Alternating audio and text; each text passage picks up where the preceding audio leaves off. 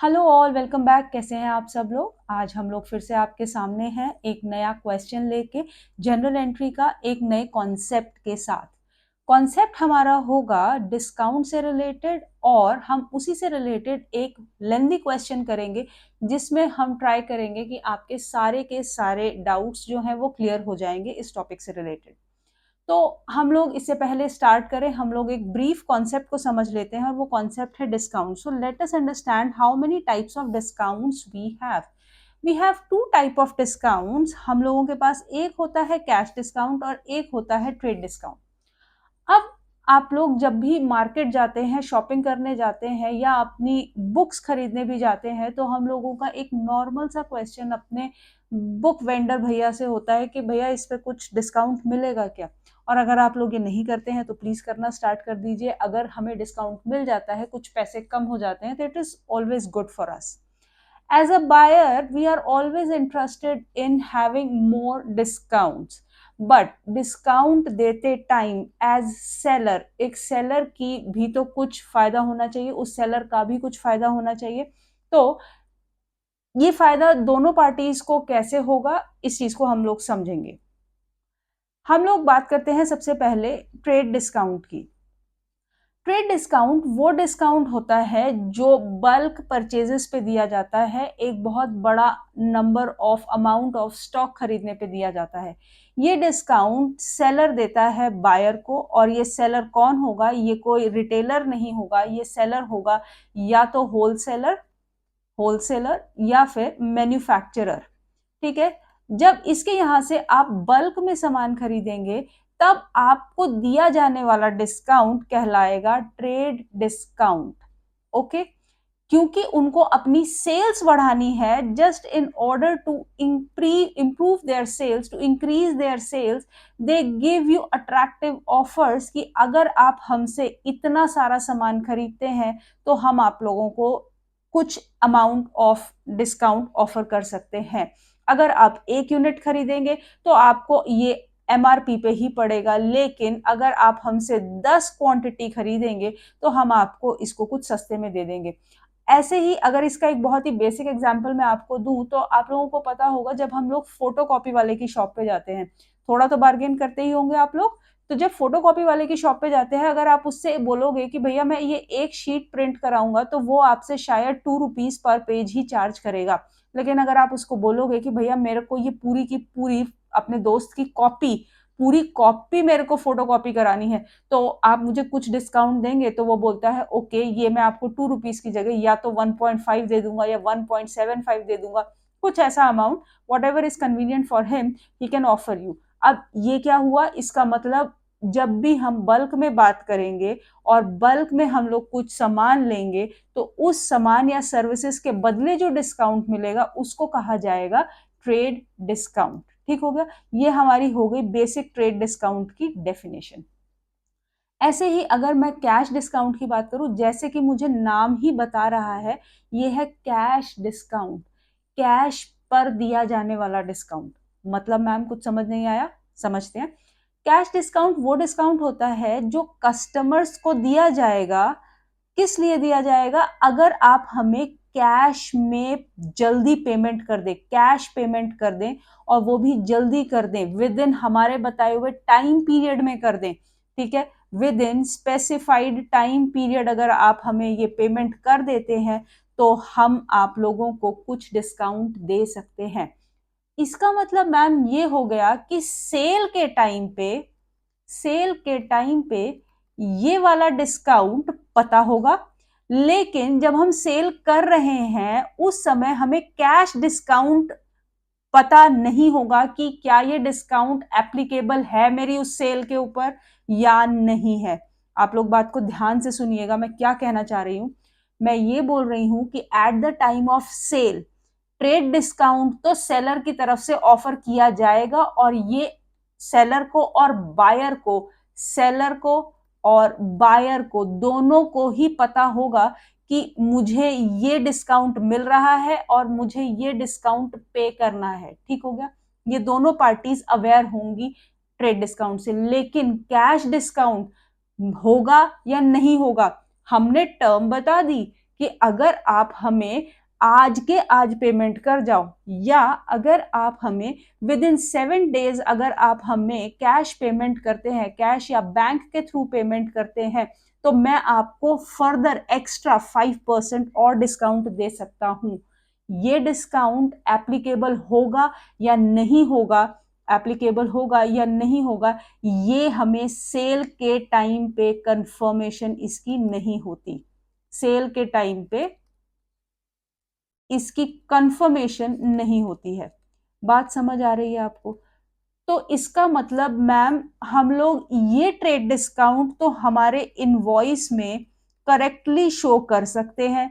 Yes, तो अब आप लोगों को एक चीज समझ आने लग गई होगी कि जब भी आप कोई बिल खरीदते हैं, लेट्स से आपने कोई लैपटॉप खरीदा और उसका जब आपको इनवॉइस मिलता है, तो उस इनवॉइस पे एक लिखा होता है एमआरपी, वो हो गया 45,000, और उसके बाद उसके नीचे ही एक डिस्काउंट पड़ा होता है, discount of rupees, sorry discount 10%। तो 4500 जो ये लेस होके आपके सामने जो नेट अमाउंट आता है, वो नेट अमाउंट कौन से डिस्काउंट को लेस करने के बाद आया, कैश या ट्रेड? ट्रेड डिस्काउंट लेस करने के बाद आता है। जो कैश डिस्काउंट है, वो कैश डिस्काउंट जब आप उस अगेन सर्विस को इमीडिएटली अवेल कर लेते हैं, तो आपको उसकी बात आप टर्म्स को एग्जैक्टली उसको फॉलो कर लेते हैं, तब जो डिस्काउंट दिया जाता है या जो अप्लाई हो जाता है, वो होता है हमारा कैश डिस्काउंट। आई होप आपको ये चीज समझ आ गई होगी। ठीक हो गया? तो इसीलिए अब ध्यान से देखिए मैंने क्या यहाँ पे लिखा है। Let's understand this. Cash discount, it is allowed to customers for prompt payments. Simple, immediate payment कर दें या हमारे बताए गए टाइम पीरियड में पेमेंट कर दें, तो हम आप लोगों को कुछ एक्स्ट्रा डिस्काउंट देंगे, that is called as cash discount. This discount is recorded separately in books of accounts.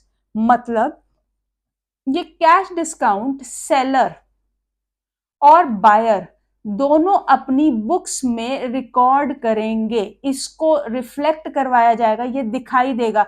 But क्या ये इनवॉइस में दिखाई देता है? No, it is not deducted from invoice. बात समझ आ गई आपको? जो इनवॉइस पे दिखाई दे रहा है वो है ट्रेड डिस्काउंट। अब थोड़ा सा और एक चीज को समझते हैं कि बायर के लिए जब कैश डिस्काउंट बायर को मिलता है, तो उसके लिए ये हो जाती है इनकम। ठीक हो गया? और ये इसको अपने बुक्स ऑफ अकाउंट में किस तरीके से या किस नाम से दिखाएगा? वो दिखाएगा डिस्काउंट रिसीव्ड के नाम से। ठीक हो गया? ये हो गई हमारी इनकम। इस पे कौन सा गोल्डन रूल अप्लाई करेगा, अभी हम आगे आने वाले क्वेश्चंस में देखेंगे। और सेलर के लिए ये डिस्काउंट क्या हो जाएगा? ये हो जाएगा discount received, sorry discount allowed. मतलब उसने ये डिस्काउंट दिया है, सेलर के लिए फर्दर एक्सपेंस बन जाएगा। अगेन इसमें कौन सा गोल्डन रूल अप्लाई करेगा, आप लोग सोचिए, अभी हम आने वाले क्वेश्चंस में इसको फिट करके देखते हैं। यहां तक की चीज क्लियर हो गई? ये इनवॉइस में से डिडक्ट नहीं होता है। आते हैं हमारे ट्रेड डिस्काउंट के ऊपर। लिखा हुआ है it is allowed by wholesaler and manufacturer to the retailer, allowed on specified quantities, that is bulk purchases. It is not recorded separately in books of account. इस ट्रेड डिस्काउंट को हम लोग अपने बुक्स ऑफ अकाउंट में record नहीं करते। Ma'am ये कुछ चीज समझ नहीं आई, इसको समझाते हैं। जब मैं कह रही हूं it is not recorded separately in books of accounts, तो इसका मतलब ये हो गया कि जब आपने वो लैपटॉप खरीदा जिसका इनवॉइस आपको मिला था 45,000 minus 4,500, that comes to be okay, तो यहाँ पे आ जाएगा 5 और ये हो जाएगा, जो आपको ये 35,500 का पड़ेगा। तो आप मुझे बताइए, जब आप इसको बोलेंगे कि आपने लैपटॉप कितने का खरीदा, तो आप किसी को क्या बताएंगे? भाई मेरे को 35,000 का पड़ा है। ठीक हो गया? 35,500 का पड़ा है। आप ये तो नहीं बोलेंगे ना कि मेरे को 45,000 का पड़ा और उसमें से मेरे को 4,500 का डिस्काउंट मिल गया। इमीडिएटली प्रॉम्प्ट रिस्पॉन्स आपका ये आएगा कि 35,500 का मुझे ये लैपटॉप पड़ा है। लाइकवाइज सेलर भी यही बोलेगा कि मेरी जो सेल हुई है वो 35,500 की हुई है, ना कि 45,000 माइनस 4,500 की। ये बात आप लोगों को समझ आती है? तो इसीलिए बोला गया है कि it is not separately recorded in books of accounts. इस प्राइस को हम कंसिडर ही नहीं करेंगे, ना सेलर ना बायर।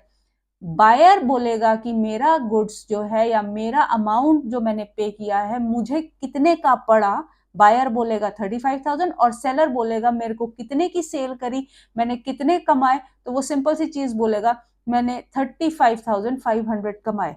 ऑन द कॉन्ट्रेरी, अगर मैं सेलर को ऑफर दूं कि भाई साहब, सेलर मुझे एज अ बायर मुझे ऑफर कर रहा है कि मैम आप एक काम कीजिए, आप 35,500 आप इंस्टॉलमेंट पे जो खरीद रही है ना लैपटॉप, अगर आप इमीडिएटली कैश डाउन खरीदे तो मैं आपको ये 500 भी छोड़ दूंगा।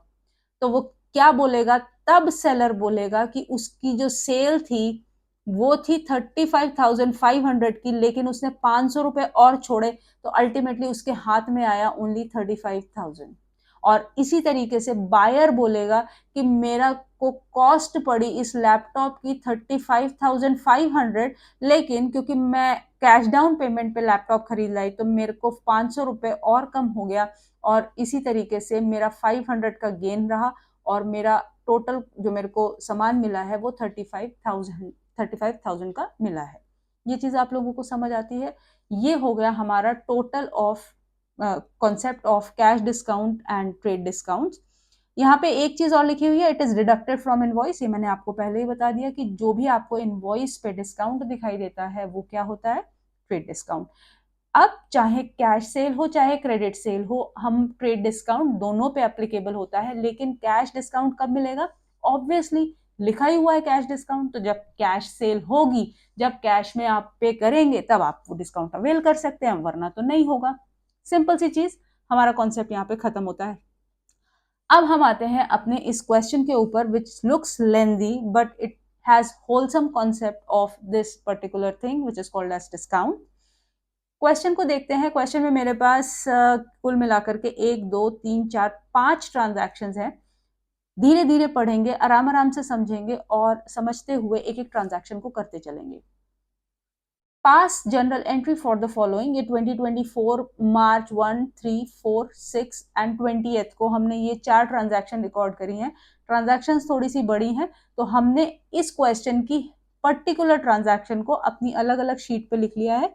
तो पहली ट्रांजैक्शन क्या बोलती है, bought goods from Vishwas worth rupees 1 lakh at 20% trade discount and 5% cash discount, paid full amount at the time of purchase। तो आप पहला तो आप मुझे ये सवाल का जवाब दीजिए कि लिखा हुआ है यहाँ पे paid full amount at the time of purchase, तो इसका मतलब क्या कैश डिस्काउंट अवेल हो पाएगा या नहीं हो पाएगा? यस, कैश डिस्काउंट अवेल हो पाएगा। क्या ये बिल में दिखाई देगा? नहीं, ये बिल में दिखाई नहीं देगा। ट्रेड डिस्काउंट बिल में दिखाई देगा? Yes ma'am, trade discount bill में दिखाई देगा। अब एक क्वेश्चन का जवाब मुझे और दीजिए, कैश डिस्काउंट ट्रेड डिस्काउंट के लगने के पहले लगेगा या ट्रेड डिस्काउंट के लगने के बाद लगेगा? अगर आप ध्यान से देखेंगे तो हमेशा कैश डिस्काउंट ट्रेड डिस्काउंट के लगने के बाद ही अप्लाई होगा, क्योंकि ये डिस्काउंट तो मिलेगा ही मिलेगा। अगर ऑब्वियसली सेलर को देना जरूरी है, जब सेलर ऑफर कर रहा है ट्रेड डिस्काउंट तो ये डिस्काउंट तो हर हालत में अवेल होगा, लेकिन कैश डिस्काउंट की अवेलेबिलिटी की कंडीशन क्या है? Immediate cash payment. So this discount will always apply after deducting trade discount from the MRP or price of the product. Let's see it further. इस चीज को मैं आपको यहां पे अच्छे से समझाती हूं। ये बना लेते हैं मेरा वर्किंग नोट। ठीक हो गया जी? मुझे बोल रहा है मेरे प्रोडक्ट का जो इनवॉइस प्राइस है, इनवॉइस प्राइस मेरे गुड का है 1 lakh rupees. Is that clear? उसमें से मैंने अपने बायर को 20% ट्रेड डिस्काउंट दिया। मैं टीडी लिख रही हूं, समझ जाइएगा। मैंने 20% ट्रेड डिस्काउंट दिया। 1 लाख का 20% आता है 20,000। अब बायर अपनी cost of that particular product कितनी बताएगा, उसको कितने का मिला ये सामान, 80,000 का। अगर तो ट्रांजैक्शन यही एंड हो जाए तो वो अपने बुक्स में अपना परचेजेस रिकॉर्ड करेगा 80,000 से, और सेलर अपनी सेल रिकॉर्ड करेगा 80,000 से, and that will be it. लेकिन क्योंकि मुझे आगे दिया हुआ है कैश डिस्काउंट ऑफ 5%, और साथ में ये भी बता रहा है कि उसने पूरा amount at the time of purchase ही पे कर दिया, तो इसका मतलब buyer is rightfully eligible to get this discount of 5%। So अब इस 80,000 के ऊपर मुझे 5% उसको कैश डिस्काउंट और देना पड़ेगा। तो मैम एक बात बताइए, क्या मेरे बिल में ये भी दिखाई देगा? जी नहीं, ये नहीं दिखाई देगा, ये सेपरेट कैलकुलेशन होगी। आपका बिल यहीं पे एंड हो चुका है, ठीक हो गया। अब जब हम पैसे पे करेंगे तो 80,000 का 5% इज 4,000, ठीक है, क्योंकि 100% होता है 8,000, 8,000 का हाफ इज 4,000। तो ये 4,000 लेस करके अब मैं अपने उस सेलर को कितना अमाउंट पे कर रही होंगी, 76,000 का अमाउंट पे कर दूंगी, और ये मेरा नेट अमाउंट पेड निकल के आ गया। तो मैम अब हम इस 4,000 को कैसे रिकॉर्ड करेंगे? देखो जी, अगर पेमेंट नहीं करते तो आपको सामान कितने का मिलता, 80,000 का। लेकिन क्योंकि आपने कुछ एक कंडीशन फुलफिल कर दी तो आपको ये 4,000 का क्या हो गया, बायर के लिए ये हो गया गेन, ये हो गई इनकम, ठीक है। और रूल के हिसाब से all incomes and gains are to be credited. ये आपको गोल्डन रूल याद है, ये हमारे इनकम एंड एक्सपेंस वाला रूल है, जो हमारा कौन सा होता था, नॉमिनल अकाउंट का रूल। नॉमिनल अकाउंट का रूल हमें बोलता था all incomes and gains are to be credited. तो इसका मतलब हमने ये गुड्स परचेज करे हैं, मुझे ट्रांजैक्शन में बॉट द गुड्स बोल रहा है, तो हम लोगों